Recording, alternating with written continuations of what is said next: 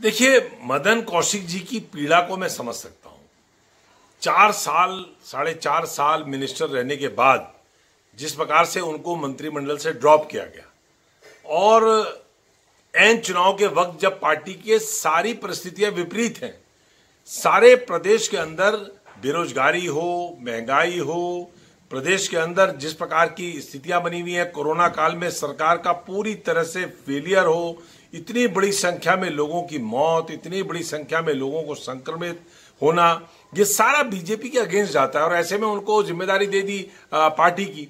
तो उनकी पीड़ा मैं समझ सकता हूं, उनके पास कुछ कहने के लिए है नहीं। अब वो जो कुछ कह रहे हैं, पार्टी के प्रदेश अध्यक्ष होने के नाते उन्हें कुछ ना कुछ कहना है। कांग्रेस कहां खड़ी थी, अब ये सवाल बताइए। विपक्ष से सरकारी सत्ताधारी दल का वो व्यक्ति जो 4.5 साल मिनिस्टर रहा, वो हमसे पूछ रहा है कि कांग्रेस कहां थी कोरोना काल में। अरे, लोग पूछ रहे हैं कि ऑक्सीजन नहीं थी, सरकार कहां थी।